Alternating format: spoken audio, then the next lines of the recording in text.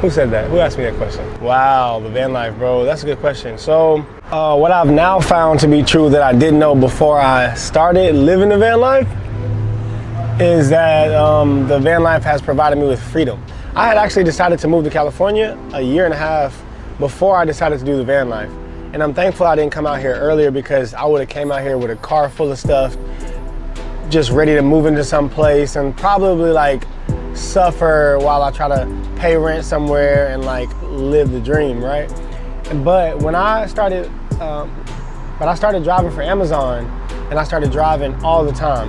And in my mind, I was like, yo, if I'm gonna be driving my car all the time, I literally wake up, drive an hour to get to the warehouse, drive the Amazon truck for 8 hours around Fort Worth, Texas, drive back home an hour, drive back in the morning. Such a mundane routine that it made me think, well, if I'm gonna be driving, I can drive for myself. I can drive Postmates, I can drive Uber if I need to make money, also drive across country, live in my car, and do all these things at the same time and still have freedom. Yo, filming for this next video, hands down, this is gonna be one of the biggest BMX projects that I've ever worked on. I'm thankful to be out here in California. I'm super thankful for the opportunity to be filming this next project with the Golden Days boys, with all the family, with Nate. With that being said, honestly, it's just gonna be bangers. Like right now, I'm coming back from this leg injury. I have about 5 more weeks, I'd say, of just like crutching around and whatnot, and nothing but bangers. We're gonna start off with a banger. We're gonna have a banger every single clip in between, and we're gonna end it with an even bigger banger. So I don't even know what to say. The next video part is about to be big. It's about to be great. It's about to be great. My favorite person to hang out with in the Golden Days crew? You looking right at this nigga right here. You looking right at him. Hey, no, real talk. Okay, my favorite person other than Trace is probably Tristan, just cause that's my nigga. Honestly, there is no place in the world like Long Beach. I was actually thinking about that this morning when I was driving to MLK skate park.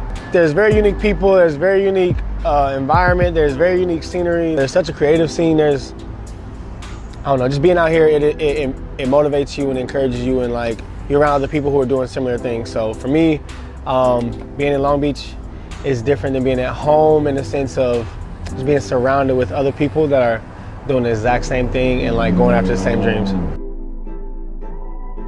Oh shit, are we bringing that out? Okay.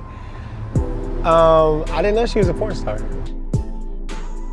When COVID and all this stuff was going down at camp this year, like Powder Corporation, y'all. Powder Corporation, which is like Vail Ski Resorts, Hard Rock Cafe, a bunch of corporate entities and like corporate suit guys. They bought Woodward a couple years ago. They fired Pam, the GM, who was like the most amazing lady who's ran Woodward this whole time. And then when COVID started to like spread and like go out and camp, their thing was to like keep it silent. So they would like let somebody find out that they were sick. They would put somebody like in a quarantine room and leave them there, and not tell anybody else who was hanging out with that person until that person's test comes back.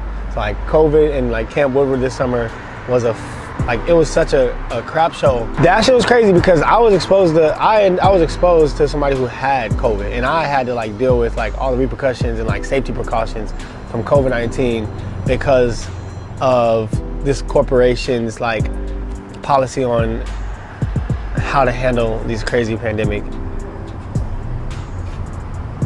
situations. Shout out to Fox and Ash, shout out to Golden Days, shout out to Edney's.